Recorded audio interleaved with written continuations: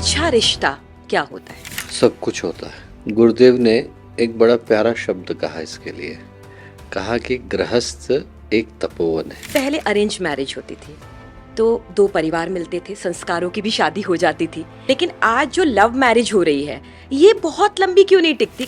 विश्वास का, समर्पण का, स्नेह का, सहयोग का अभाव है। मुझे जो चाहिए वो मुझे अभी मिलना चाहिए, इसी वक्त मिलना चाहिए, किसी कीमत पर मिलना चाहिए, दूसरे का गला घोंट के मिलना चाहिए। एक दूसरे के प्रति जब तक विश्वास ही नहीं होगा, समर्पण ही नहीं होगा, तो ऐसा कौन सा रिश्ता है जो निभेगा? विश्वास क्या है रिश्तों में और प्रेम क्या है? दोनों की भूमिका कितनी इम्पोर्टेंट हो जाती है? गुरुदेव ने बहुत प्यारा एक वचन कहीं पर कहा कि जिसके पास प्रेम है वो ये समझ ले कि उसने भगवान के दर्शन कर लिए। जैसा मैं सोचता हूँ, जैसा मैं कहता हूँ, जैसा मैं करने को बोलता हूँ, वैसा ही सामने वाला सोचे, कहे, करे।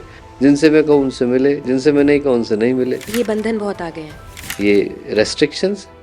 दोनों के मध्य में ये सोचे कि मुझे घर जो है वो एक प्रयोगशाला के रूप में, एक पौधशाला के रूप में मिला है, इसको पोषित करना है।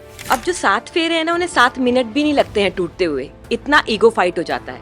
तो मेरा सवाल आपसे ये है कि इस तरीके की ईगो फाइट से, इस तरीके की लड़ाइयों से कैसे बचा जा सकता है?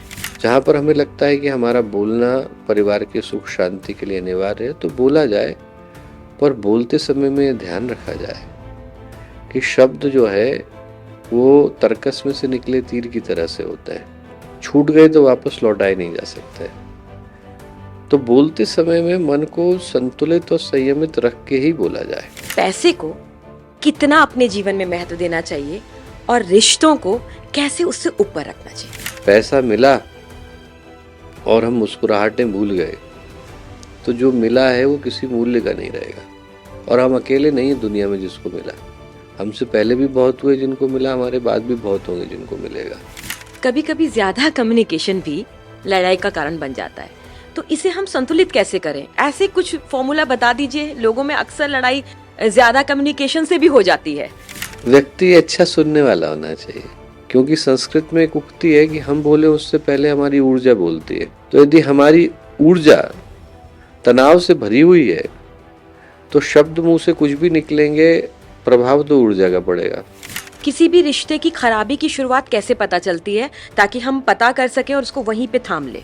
मन में पता चल जाता है। कैसे? ये पता चल जाता है कि किसी ने कुछ कहा और हमारे मन में चुभा, वहां से शुरुआत होती है। अगर ये 7 जन्मों का बंधन है तो फिर टूट क्यों जाता है? अगर ये 2 आत्माओं का मिलन है तो फिर अलग क्यों हो जाते हैं?